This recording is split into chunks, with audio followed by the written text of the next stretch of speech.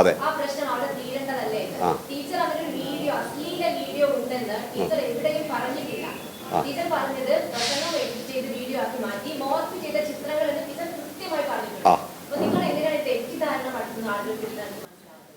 ഒന്ന് ടീച്ചർ പറഞ്ഞത് 2 പത്രസമ്മേളനവും ലൈവാണ്. ആദ്യത്തെ പത്രസമ്മേളനത്തിൽ എൻ്റെ മോർഫ് ചെയ്ത വീഡിയോ ഉണ്ടെന്നാണ് പറയുന്നത്. വീഡിയോ മനസ്സിലാക്കണം. ഞാൻ പറയുന്നവർക്ക് ഞാൻ പറഞ്ഞോട്ടെ. മോർഫ് ചെയ്ത വീഡിയോ ചിത്രീകരിച്ചുവെന്ന് ശൈലജ ടീച്ചറാണ് പറഞ്ഞത്, ഞാനല്ല. ആരാ പറഞ്ഞത്? പറഞ്ഞിട്ടുണ്ടല്ലോ. നിങ്ങൾ പറഞ്ഞോ, നിങ്ങൾക്ക് പറയാം. നിങ്ങൾക്കിപ്പോൾ എന്ത് അഭിപ്രായം പറയാം? നിങ്ങൾക്ക് നിങ്ങളുടെ അഭിപ്രായം ഉണ്ടാവും, വേണമത്. അത് പറയുന്നതിൽ എനിക്ക് നൽകാം. ഞാൻ പറയുന്നത് എൻ്റെ വീഡിയോ ചിത്രീകരിച്ചിട്ടുണ്ട് എന്ന് പറയുന്നത് വേറെ ആരുമല്ല, ശൈലജ ടീച്ചർ പത്രസമ്മേളനം നടത്തിയിട്ടാണ്.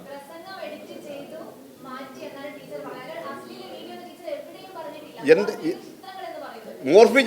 മോർഫ് ചെയ്ത വീഡിയോ എന്താ ഇത്? ശൈലജ ടീച്ചർക്ക് ഇല്ലാത്ത പ്രയാസം നിങ്ങൾക്ക് എന്താ? ശൈലജ ടീച്ചർ വ്യത്യാസം വന്ന് പറഞ്ഞല്ലോ, ഞാൻ വീഡിയോ ഒന്നും ഇല്ല, അങ്ങനെ വീഡിയോ ഇല്ല.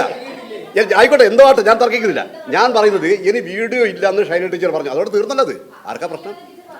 ഞാൻ പറഞ്ഞു വന്നത് ഇങ്ങനെ ഒരു പ്രശ്നം വ്യക്തിപരമായി ടീച്ചറെ അധിക്ഷേപിക്കുന്ന പ്രചരണം തെരഞ്ഞെടുപ്പ് ഘട്ടത്തിൽ നടത്തി. അത് ചിലവായത് വന്നപ്പോൾ ടീച്ചർ പറഞ്ഞു പോസ്റ്റർ. ഞങ്ങൾ ആരും പോസ്റ്റർ കണ്ടില്ല.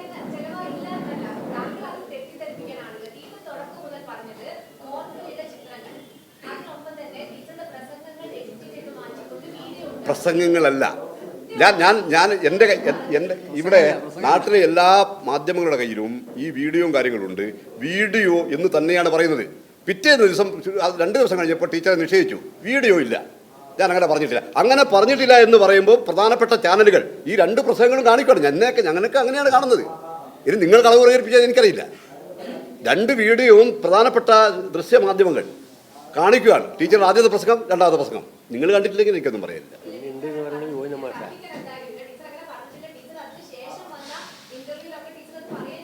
ഞാനിപ്പോൾ നിങ്ങൾ ഒരു മനസ്സിലാക്കണം, എനിക്ക് അങ്ങനെ ഇല്ലെങ്കിൽ സന്തോഷം. ഞാനത് സ്ഥാപിക്കാനല്ല. ഈ 2 പത്രസമ്മേളനം ടീച്ചറാണ് നടത്തി, ഞാനല്ല. ഇത് 2ഉം കാണിച്ചത് നിങ്ങളാണ്. ഇനി അങ്ങനെ ഇല്ലെങ്കിൽ അത് തർക്കിച്ചുണ്ടാക്കേണ്ട കാര്യമൊന്നും എനിക്കില്ല. ഞാൻ പറഞ്ഞേ, ഇപ്പോൾ ടീച്ചർ ഇല്ല എന്ന് പറഞ്ഞപ്പോൾ ഗോവിന്ദ മാഷാണ് ഉണ്ട് എന്ന് പറഞ്ഞു, ഞാനല്ല. എനിക്കിത് സ്ഥാപിക്കേണ്ട ഒരു പണിയുമില്ല.